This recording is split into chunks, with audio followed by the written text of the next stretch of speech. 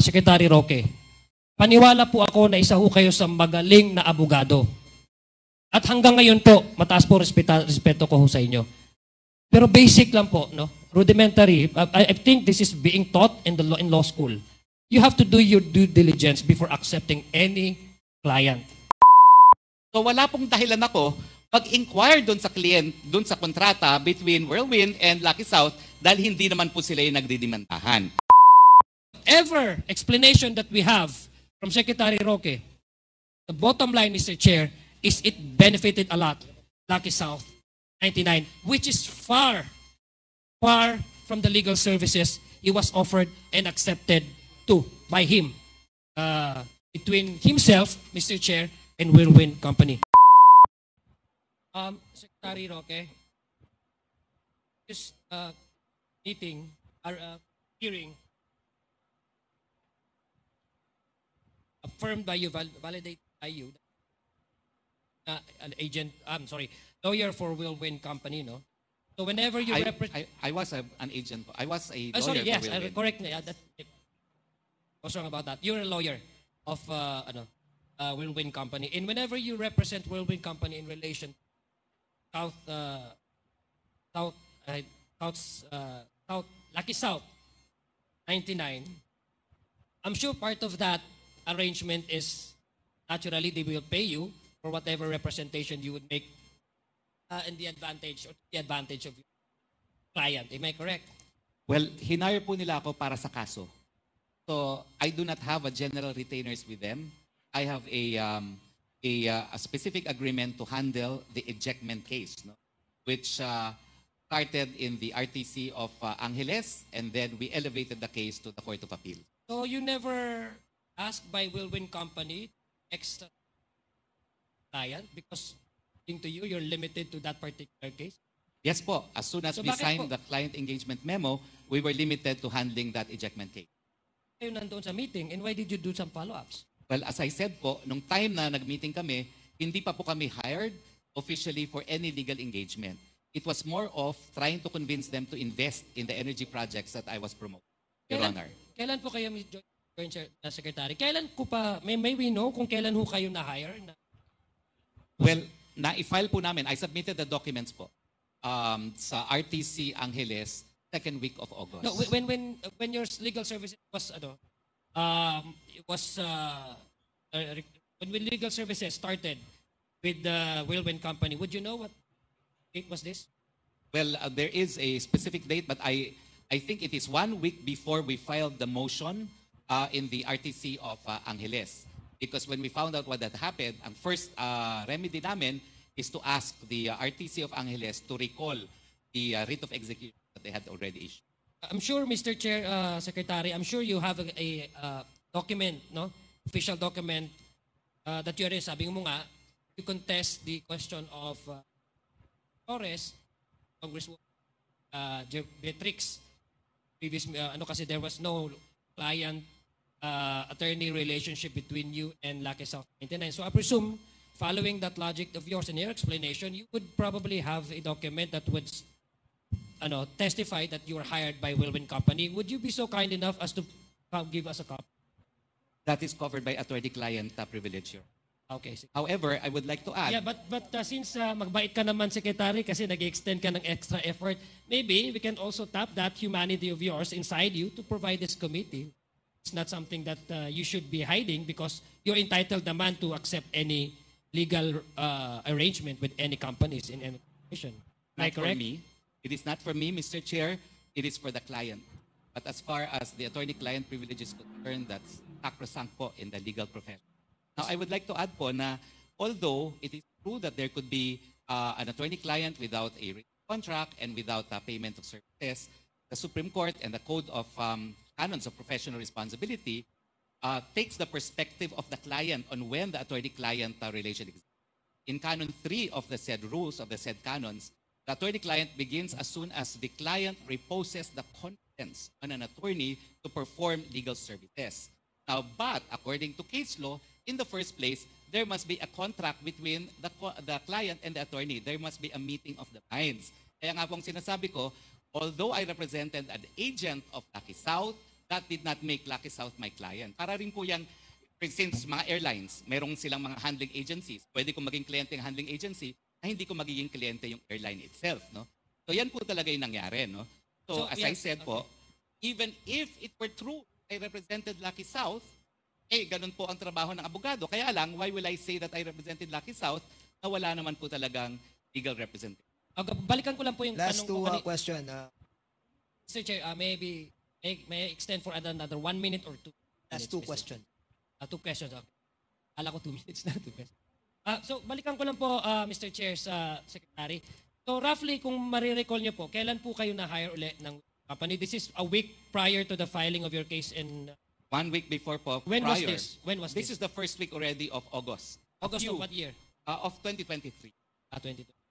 So, the good thing, Mr. Chair, that you've mentioned about yung sabi mo, dalawa, Mr. Chair, no, sa ating mga kababayan na nakikinig ngayon, mukhang naku-confuse nga sila sa Whirlwind Company and sa Lucky South 99. That's why we are trying to digest, inquire further kung ano ba talaga itong dalawang entities. These are two different entities because the fact that they've entered into an agreement, it proves that they're two separate entities, no? So, I have here, Mr. Chair, and I would like to cite itong lease agreement between, and by the way, may I ask Secretary Roque, and maybe Chairman Enco, would you know in that meeting who represented whom? I mean, these are two entities, no? Whirlwind Company and South Lucky 9. Would you know which or either of the two, Secretary Roque and and Cassie Ong, represented whom or what? Or are you still also confused at that time because you thought they're still the same, one and the same? No, first of all, very clear in my mind. No discussion on.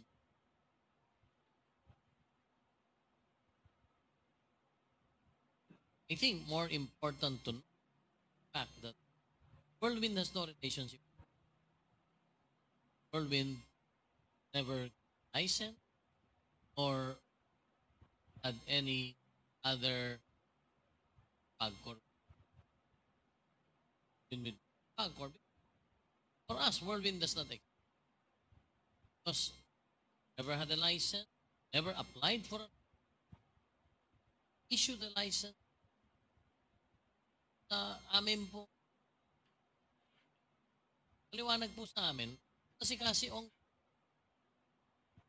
tapos si Ong, para Sa Lucky South ipakiusap 99. yung arrears ng Lucky South na current time ang license PAGCOR dahil nabigyan siya noong nakarang PAGCOR.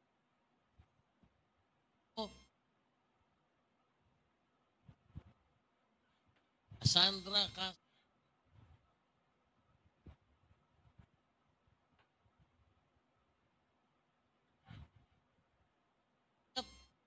Wala po naman.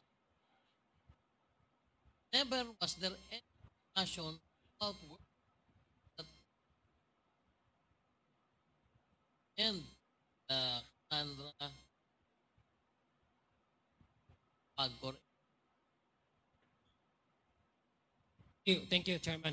Secretary Roque, what is your take on that? Kasi mukhang klaro naman ata kay Secretary Tenco that you were there in that meeting and you were with Cassie Ong, who apparently was connected. I guess she's still connected with Lucky South 19. Now, how can you convince us that there has nothing to do, your presence there has nothing to do with Lucky South 99, Mr.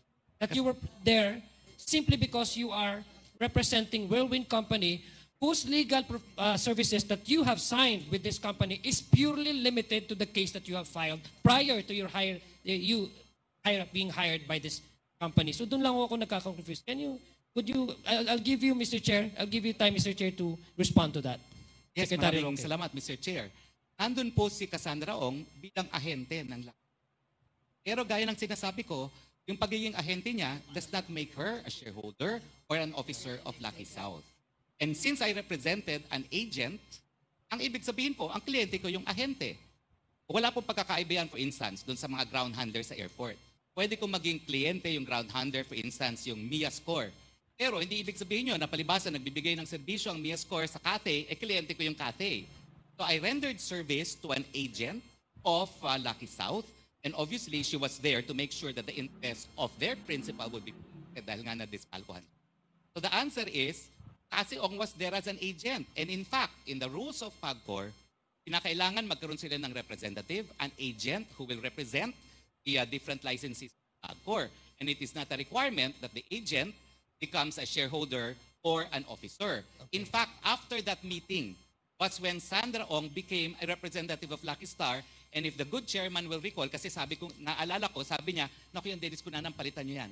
Hindi mabuting tao yan, no? Palitan mo na yan.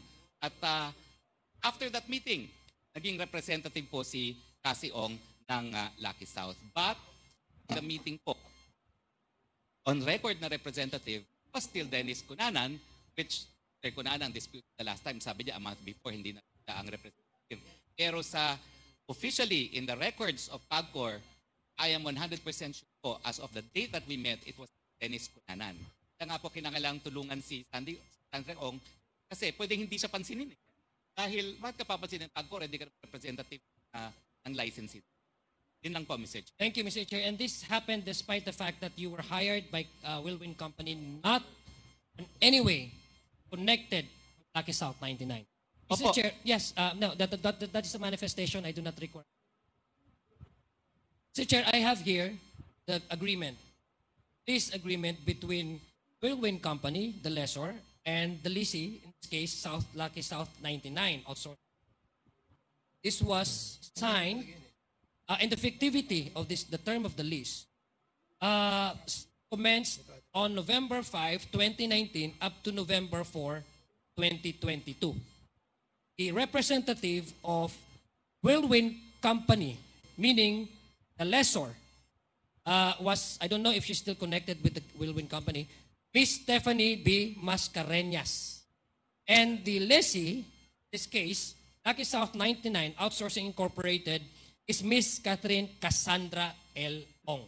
So this is the same person, an individual, na nandoon po sa meeting nung nangyari po yung up na yon with PAGCOR Chairman Altenco. Now, what is peculiar, Mr. Chair, is prior to the expiration, the term of the lease, which is November 4, 2022, and this is the first, there was a subsequent lease that took place.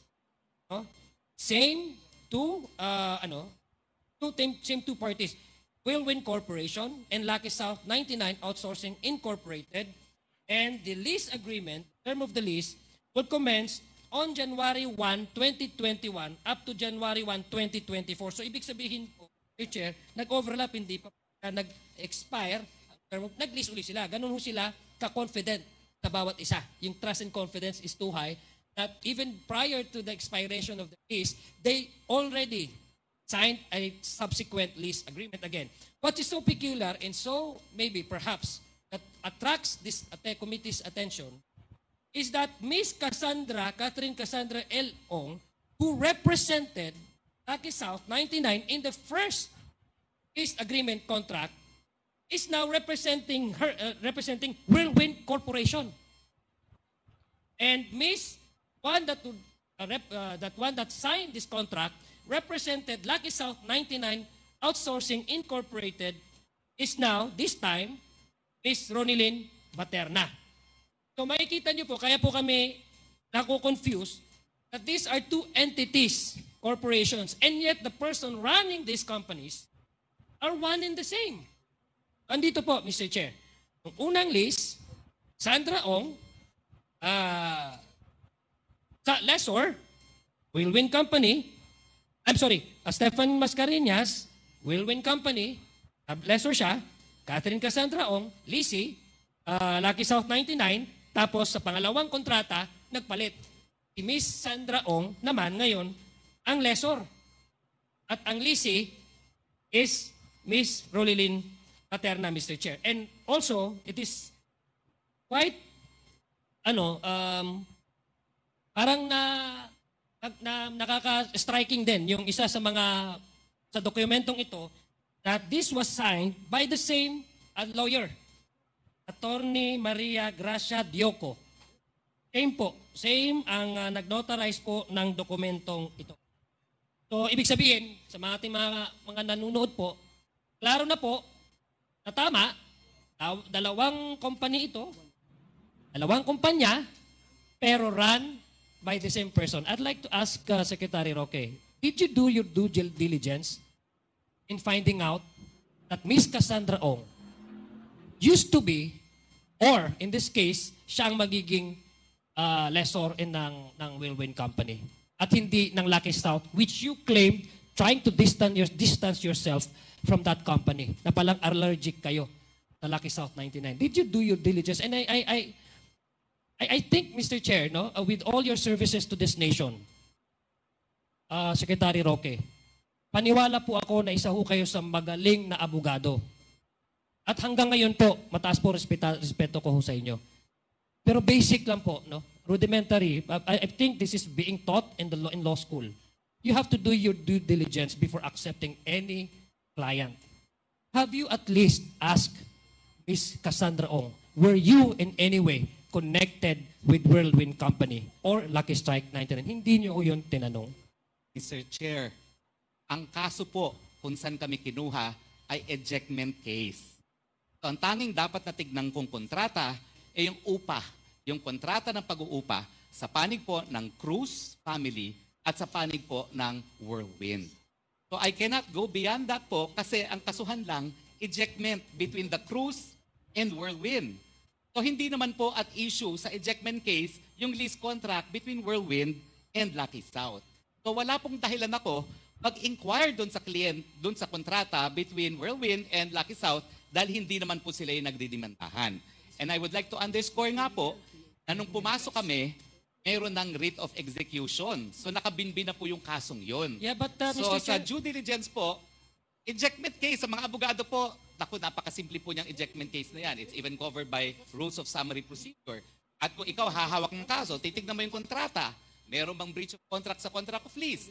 So, hindi po complicated itong kasong ito. Kaya lang, ang aking naging assessment, na-deprive ng due process ang Whirlwind kasi nga, nag-aawayan yung mga Cruz siblings. At nagpanggap itong tatay, si Roberto, na siya pala yung registered owner, naniniwala naman itong Whirlwind, hindi naman pala siyang registered owner. At nung dinimanda sila sa lower court, siya pa ang kumuha ng abogado at hindi sinabi sa Whirlwind na dinimanda sila ng mga anak niya. Yan po yun. No? So as far as due diligence is concerned, in an ejectment case, as a lawyer, kung ano po yung material na kontrata, is the lease contract only in the lessor and the lessee between the Cruz family and Whirlwind Corporation po. Yun lang po ang hinawakan kong kaso. yeah, pero I think this is material, no? The lease is in fact the very fundamental, very material to any process, no? I think no, I do not, Mr. Chair, Secretary, no, I do not question your knowledge on sa pagdating po sa batas. Sabi ko nga po, mataas po ang respeto ko sa inyo. Ang hindi ko lang maintindihan, perhaps I share this with our common tao, the average-minded person listening to us and watching this committee. But nagkaganon. If we follow your logic, Mr. Chair, and your justification, that you are exclusively limiting your service to this particular case that you have filed involving eviction case, why did you have to PAGCOR's meeting and then make some follow-ups? And then it apparently, based on these records, same Cassandra Ong, who at the time when you PAGCOR and with the meeting, license nila, ay naging connect din sa sa Whirlwind Company, which said na doon yun ko maintindihan. Sinasabi niyo ngayon sa committee ito that you are limited, you find it not material anymore to ask Whirlwind Company or Lucky South 99 with in terms of their contract with Lucky South 99, and yet kasi limited ka lang doon sa eviction, and yet you went overboard. Yun po hindi ko maintindihan. Which in this case, Mr. Chair, masyado na mahaba yung pagtatanong ko. I'm sure many of our colleagues here would ask similar questions. Kasi doon ho nagkakaroon ng problema. Ganito lang po, Mr. Chair, and I would close this with my manifestation. Mr. Chair? Mr. Chair, Okay. Yes, for Congressman my Adjong. manifestation. You want me to interject something Yes. before you finish your interpellation? Maybe, Baka maybe in, rela- after my manifestation, maybe after my in manifestation. relation to sa issue mo eh. Tapos Yeah, na ng question yes, niyo. Sige, okay, go ahead. My manifestation. Kanina po, inamin naman po ni Secretary Roque na sa law sa practice of law, and this was the question I asked him in the previous committee hearing, that hindi naman kailangan talaga ng magkaroon ng formality that you have to sign with your kasi pag law, yung definition po ng Supreme Court, yung practice of law, and I agree with him now. He agrees with how the Congresswoman Jerby Beatrix Luistro. Now, I'd like to, Mr. Chair, and this is not in any way to contest or to even engage in legal discussion with Secretary Roque. Who am I to contest his legal opinion on the matter? But this is already a decided case, pertains to the lawyer-client relationship. Very much connected with the sinasabi ng Supreme Court definition nila with the practice of law. Kasi nga po, yung participation po ni Secretary Roque dito sa usaping ito, yung legal services na binigay niya according to him sa Wilby Company. And in Burby versus Magulta, sinabi po, a lawyer-client relationship was established from the very first moment complainant asked respondent for legal advices regarding the former's business. To constitute professional employment, it is not essential that the client employed the attorney professionally on any previous occasion. It is not necessary. It is not necessary that any retainer be paid, promised, or charged. Neither, it is material that the attorney consulted did not afterward, Mr. Chair.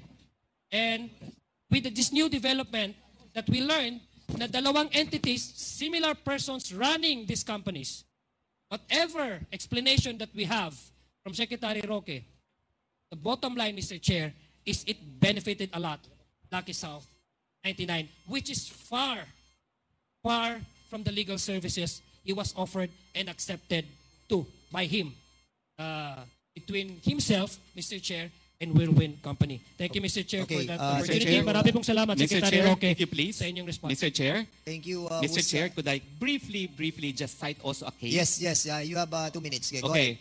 ahead. I do not dispute that case po kasi sinasabi lang noon, hindi kinakailangan magbayad ng attorney, kinakailangan magpirmahan. Pero Mr. Chair, that itong was not kaso a po question. ito, That was a okay. manifestation. Wait. Mr. Chairman, point of order. Point of order, Mr. Apa. Chair. Point of order, Chairman, Mr. Chair. point of Apa, order. Alam mo na, his chair is speaking. Okay, Wait. what's the pleasure of Congressman Adjong?